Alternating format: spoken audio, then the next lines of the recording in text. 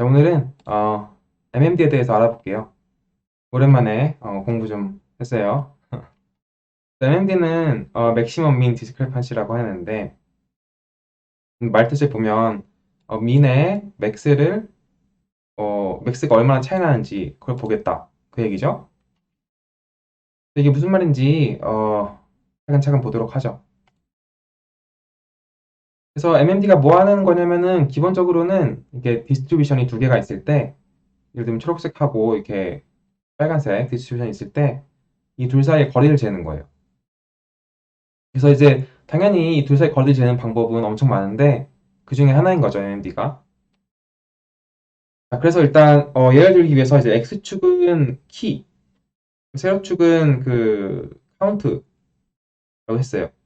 그래서 예를 들어서 뭐 우리가 초록색 도시 혹은 초록색 나라에 갔다고 해보죠.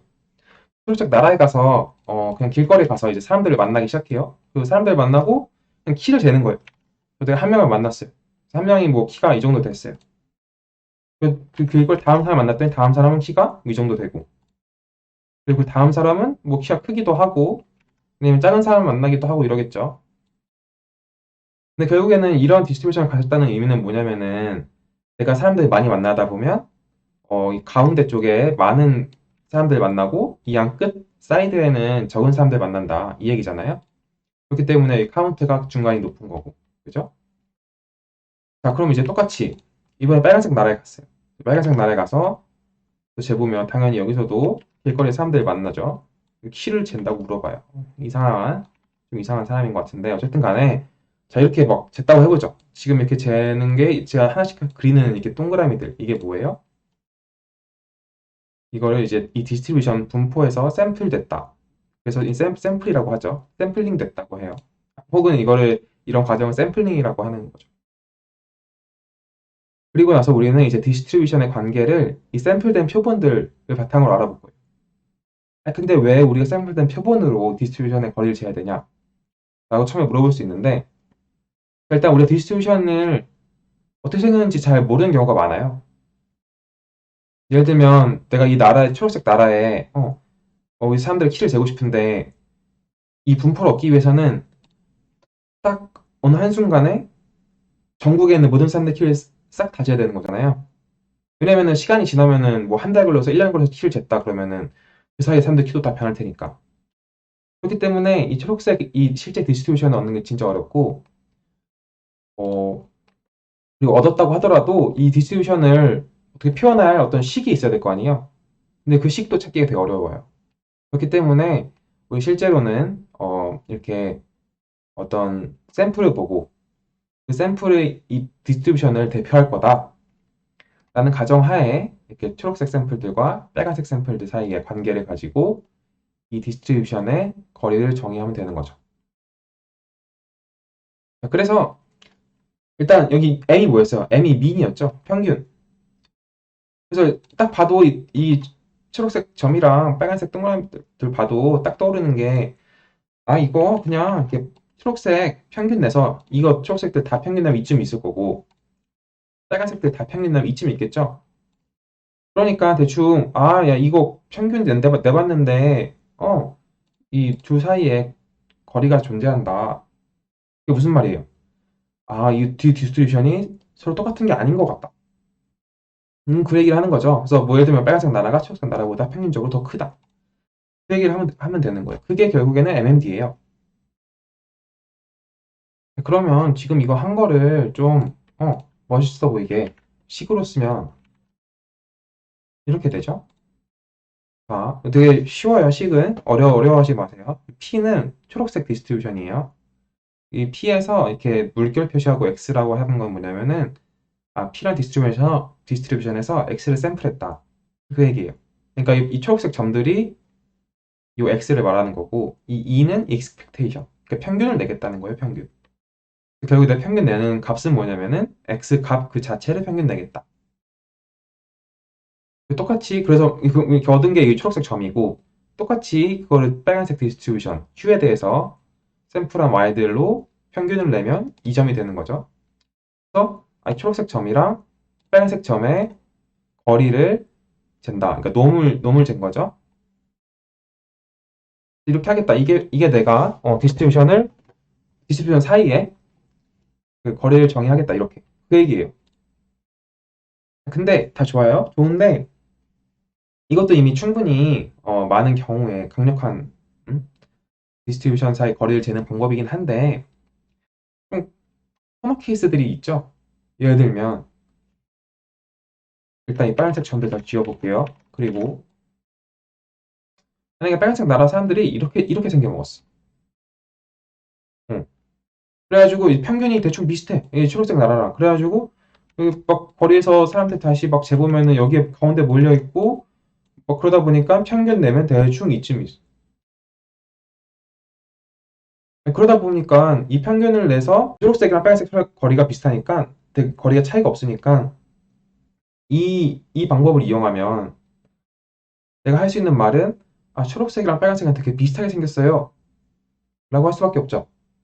실제로는 어때요? 이게 엄청 다르게 생겼잖아요. 그럼 이제 여기서는 이걸 해결하려면 어떻게 해야 돼요? 또 바로 떠오르는 게 이게 평균은 오케이. 그래, 평균은 똑같을 수 있어. 근데 이거 잘 보면 분산이 다르다. 분산이 뭐예요? 이게 퍼진 정도 말하는 거잖아요. 보니까 빨간색은 좁고 초록색은 좀 펑퍼짐한 게 분산을 재면 분산이 분명히 다를 것이다. 오케이. 그럼 이게 무슨 말이냐면 실제로 이 식을 이렇게 바꾼 거예요. 이건 지우고 이 식이 좀 더 MMD라는 식이고 이게 이제 이 식이 아까 없던 게 생겼죠? 아까 원래 뭐였어요? 아까 원래 식은 이거였어요. 원래 식은 여기. 그렇죠? 그러니까 보니까 이 X, P, X 다 똑같은데 여기 XR랑 Y 앞에 요게 생겼죠? PX 혹은 phi X. 그죠?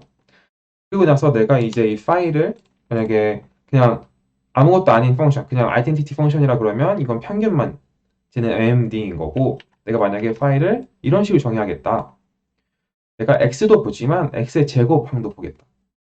그것들의 평균을 가지고 장난을 치겠다. 그러면 이제 이거는 무슨 말이냐면 x라는 샘플된 것들의 평균과 분산을 같이 보겠다. 그 얘기잖아요. 그렇기 때문에 결국에는 이제 MMD라는 식은 내가 이 p를 정의하는 대로 만들어지게 돼요. 그런데 과연 이게 분산만으로 충분한가? 평균이랑 분산으로 충분한가? 또 그렇게 물어볼 수 있어요. 실제로 보면 엄청나게 다르게 생긴 두 개의 분포가 되게 같은 결과를 내주게 되거든요. 예를 들면 이런 것들. 여기 보면 이제 X는 그냥 노멀 디스트리뷰션, 가우시안 디스트리뷰션이죠. 평균이 0이고 분산이 1인. 그런 디스트리뷰션이고 Y는 유니폼 디스트리뷰션. 유니폼은 이게 좀 다 똑같은 확률로 이 구간에서 뽑는다는 거죠, Y를. 그렇게 했을 때 이 MMD가 X, X제곱, X 세제곱까지 썼을 때 다 똑같아요. 그렇기 때문에 이 완전히 다르게 생긴 디스트리뷰션에서 AMD가 제로로 나타난다는 거는 아니 AMD 이거 잘못된 거 아니냐? 쓰레기다. 서로 다른 거에 대해서 거리를 0을 내준다. 그건 내가 원하는 게 아닌 거잖아요.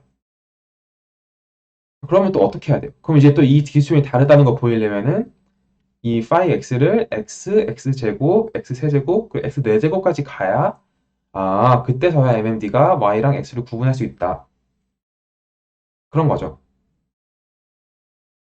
그걸 듣다 보니까 이게 좀 뭔가 현실적인 것 같지가 않아요. 왜냐면 이게 어디까지 내가 몇 제곱을 해야 되는지 모르는 거잖아요. 실제로 내가 진짜 정확한 거 원한다 그러면은 무한대까지 가야 돼요. 그렇죠? 왜냐면 내가 1000제곱을 한다고 해도 어떻게 1000제곱까지 똑같다가 1001제곱의 다른 디스트리뷰션일 수도 있는 거잖아요. 그래서 여기까지만 보면 AMD가 되게 뭔가 좀 리미티드 된 것 같아요. 뭐 제한된 것 같죠? 근데 실제로는 이제 이걸 다 해결할 방법이 있으니까 그것도 같이 보도록 하죠. 자, 그리고 넘어가기 전에 지금 여기 있는 이게 어떤 모멘트라고도 하기도 하죠. 어떤 분포의 모멘트. 그래서 first order 모멘트 그러면은 평균이고 second order 모멘트 그럼 분산이고 뭐 이런 식으로 쭉쭉쭉 나가는 거죠. 자, 어쨌든 이걸 앞으로는 이제 이런 걸 모멘트라고 부를게요. 그래서 우리가 실제로는 MMD를 계산할 때 진짜 아이디얼하게는 이 phi 펑션이 x의 모든 모멘트를 다 포함하고 있어야 돼요. 그래야 내가 안심하고 이 MMD가 모든 모먼트에서 두 디스트리뷰션이 모든 모먼트가 다 똑같다 라고 하면 이제 되게 비슷한 디스트리뷰션이구나 라고 말할 수 있는 거죠. 그래서 그리고 또 하나 더 있어요. 여기 넘어가기 전에 여기 H라는 게 마지막에 붙어 있는데 이건 이제 힐버트 스페이스를 의미해요. 근데 이제 이게 뭔지는 이 영상에서는 다루지 않고 어, H가 붙은 이유는 우리가 나중에 내적을 써야 되는데 그 내적이 정의되는 공간이라는 뜻이에요. 그래서 너무 무서워하거나 걱정할 필요 없어요. 이게 뭔지 모른다고. 몰라도 돼요. 자, 그럼 이제 넘어가 보죠. 이제 다 지우고. 그럼 이제 우리가 그 무한대까지 가는 거 어떻게 하나 볼게요. 거기서 이제 바로 커널 트릭이 쓰이는 건데 방금 있던 AMD식을 제곱한 걸 들고 왔어요. 되게 복잡해 보이지만 실제로는 단순한 거예요. 그냥 AMD 제곱은 원래 있던 AMD 그 놈 그거의 제곱. 그쵸? 그 제곱 푸는 거는 중고등학교 때 다 배우죠. 풀다 보면 근데 이제 이거는 좀 디스트리뷰션에 대한 제곱 푸는 거라서 중간에 이렇게 phi x랑 phi x 프라임.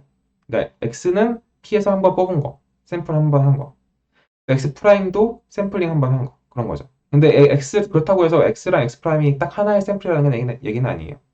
제가 샘플을 많이 해서 그 많이 한 샘플의 평균을 낸 거. x 프라임은 이제 내가 방금 했던 x 샘플도 다 지워버리고 다시 새로 샘플을 많이 해서 또 평균을 낸 거. 그렇게 받아들이시면 돼요. 그리고 나서 결국에는 우리가 필요한 게 이렇게 이 내적이 필요해요. 이렇게 꺽쇠 돼 있는 요게 이 두 개 항을 내적시키겠다. 그래서 내적을 위해서 이제 힐버트 스페이스가 존재하는 거고. 결국에는 어쨌든 간에 여기 x 제곱이랑 y 제곱이랑 x y 텀. 그쵸? 이거 되게 그냥 이거 풀면 이렇게 나오는 거는 받아들이시면 되고. 그리고 이제 이거를 여기서 이제 여기 두 번째 줄에서 세 번째 줄로 넘어갈 때가 사실 이제 마법이 부려지는 건데 어, 그냥 우리는 이제 KXY 이렇게 BX랑 BY의 내적으로 정의를 해볼게요. 그럼 이제 우리가 두 번째 식을 세 번째 식으로 쓸 수가 있거든요.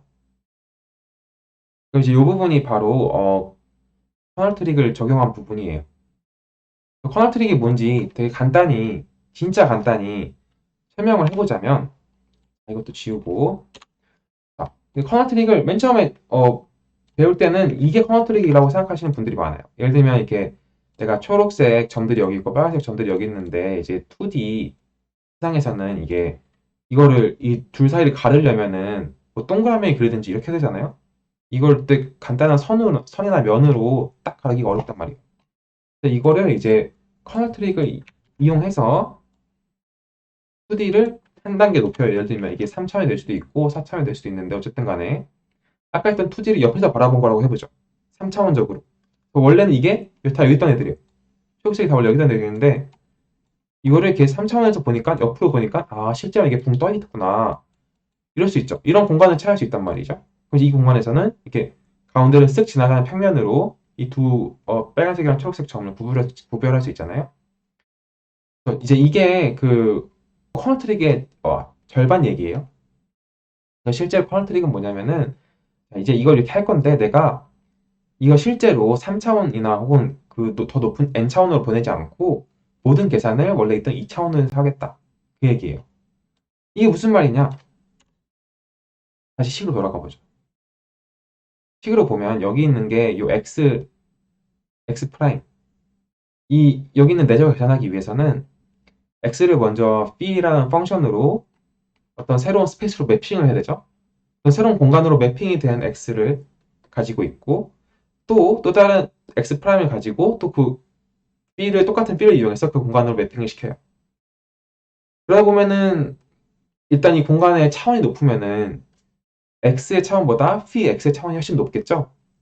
크겠죠? 그럼 이제 이 두 개를 내적하고 나면은 뭐 되게 계산량이 많아지는 거죠. 높은 차원에서 계산을 다 해야 되니까 더 옮겨가지고.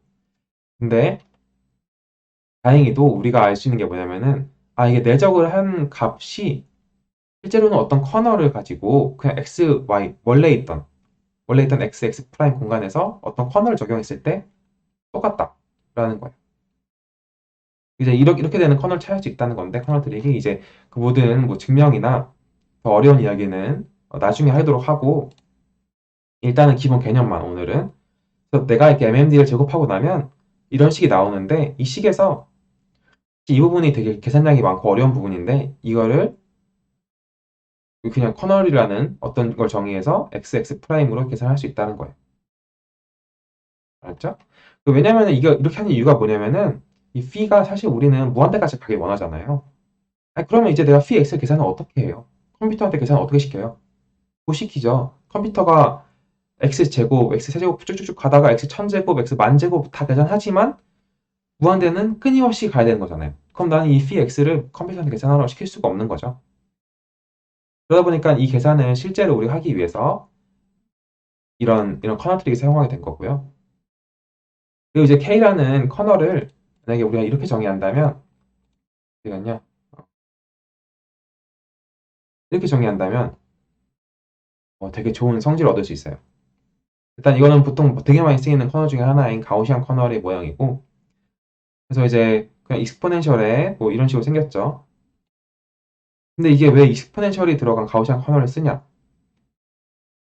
가 핵심인 거예요. 이게 왜 중요하냐? 왜 중요하냐면 사실 익스포넨셜을 보시면은 익스포넨셜의 테일러 전개를 해볼게요. 그럼 이런 식으로 생겼어요. 1 더하기 x 더하기 2 팩토리얼 분의 1 x제곱 이런 식으로 쭉쭉 나가죠. 그러다 보니까 실제로는 여기에 x에 대한 모든 모멘트가 다 들어있는 거예요. 이게 x 무한대까지 가잖아요. 끝이 없는 애예요. 정의상.